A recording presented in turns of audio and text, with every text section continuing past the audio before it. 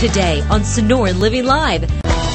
Shifting gears just a little bit because we want to look good as we go throughout the day. And pregnancy is the source of a lot of happiness, a lot of joy for millions of families each year, but it's also the culprit for a multitude of changes in any pregnant woman's skin. So today, Dr. Jennifer Lindner is here with some tips on how to prevent and correct many of those skin concerns when it comes to pregnancy. Good morning. Good morning. It's nice to have you here at 11 o'clock. We let you sleep in just a little bit. It's kind of nice. I know, it must be. But you're probably hungry now after seeing Dawn and Charlie. Oh, can't wait. And so many pregnant women are also very hungry, and that's the focus of what we're talking about today. Absolutely. So obviously, with pregnancy comes a little bit of weight gain. Yes. Meant to happen.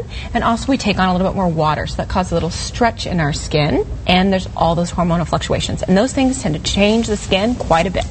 Okay, so let's talk about redness, because I know that's one of the key things that many pregnant women complain about, redness in the skin. So as we go through pregnancy, your skin actually produces almost 50% more blood. It's a lot of blood. A lot of extra blood. It's got blood. to feed that little baby, right? But what happens then is your body actually starts to develop more blood vessels. So you might actually notice an increased number of blood vessels on the surface of the skin. Face, hands, feet, belly, of course. And so when that happens, there's some things you can do to help calm that down a little bit. And that actually you can find ingredients like red and brown algae. Okay, so Kinda those cool. would be topical things. These are some of those I don't know, vessels that you were Little talking blood about, vessels right? that happen. And also what happens is your body's producing a lot more estrogen, and estrogen triggers more blood vessels.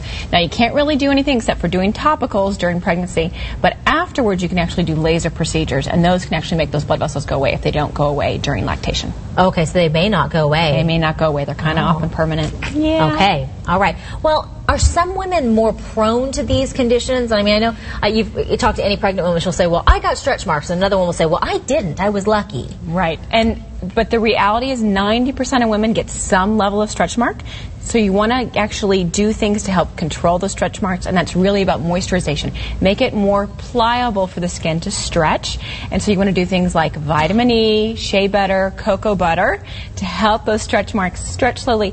And then you want to weight gain is something that has to happen in pregnancy, but you want to control it. You don't want to go too far and use every excuse possible to eat too much. Right. If you let your belly grow as a natural way, by slowly taking on weight, you're going to get less stretch marks. There are a lot of those products out there that so many women go to, and they'll have a woman's belly on it, and then they'll say that it's got cocoa butter in it, and so they buy it because they think, well, if it's got a pregnant woman on it, then it's going to work.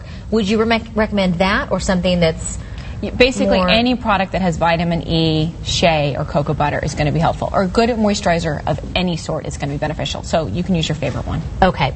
Had a girlfriend who developed kind of dark spots on her skin, melasma, when she was pregnant, and then they didn't really go away after the baby came. Unfortunately, that's one of the saddest things about pregnancy and how it changes our skin with hormonal change. And that's called the mask of pregnancy, but it can happen even without pregnancy. And usually it's brown spots on the cheeks or forehead or upper lip. If we look at the forehead, that's where we're seeing it, That's right? where you're really seeing is on the forehead. So you want to do things during pregnancy to help control it, and the safest things are arbutin, licorice. Arbutin, what's that? Arbutin is actually something that's found in berries typically. It's also found in coffee and tea, and in your body it's converted to an ingredient that actually can help lift pigmentation. And so you can use arbutin, licorice, or azelaic acid safely during pregnancy to help control the pigment and help prevent it from happening. And then once the pregnancy is over and you're done breastfeeding, you can then do things like chemical peels or things like hydroquinone to help lift the remaining pigment. So chemical peels would be bad if there's a woman saying, oh no, I'm starting to see these changes in my skin, to do during? I usually recommend to waiting till afterwards. It's sort of a nice short period of time. We can sort of control things and then afterwards deal with the things that Deal come with up. things more aggressively. Yeah. Okay, so what's the fourth thing? I know you boiled this down to four key things that you see. Acne. Acne. Well, then what's to do with the whole you're glowing? I So can tell some you're women pregnant get kind of that thing. beautiful glow, and some women get acne for the first time in their life. Because what happens is the hormones trigger, obviously, change. Some women get increased oil production, and then because the skin has a little swell on it from water retention, you actually get clogged pores. Oh. So some women actually get worse skin during acne rather than better. So it's a variety. So you want to choose ingredients that are safe during pregnancy. Usually the things that are generally considered to be safe are benzoyl peroxide, salicylic acid, light alpha hydroxy acids like lactic acid, and those things you can use. And azelaic acid is another great one that you can use during pregnancy to to get the acne under control. Lastly, you brought some PCA products, and I always like to draw attention to those because they work so well for so many people. So are there any of these that would be primed for the acne pregnancy? gel is azelaic acid and salicylic acid. You can use it as a once-a-week mask or a spot treatment. Light alpha hydroxy acid cleanser.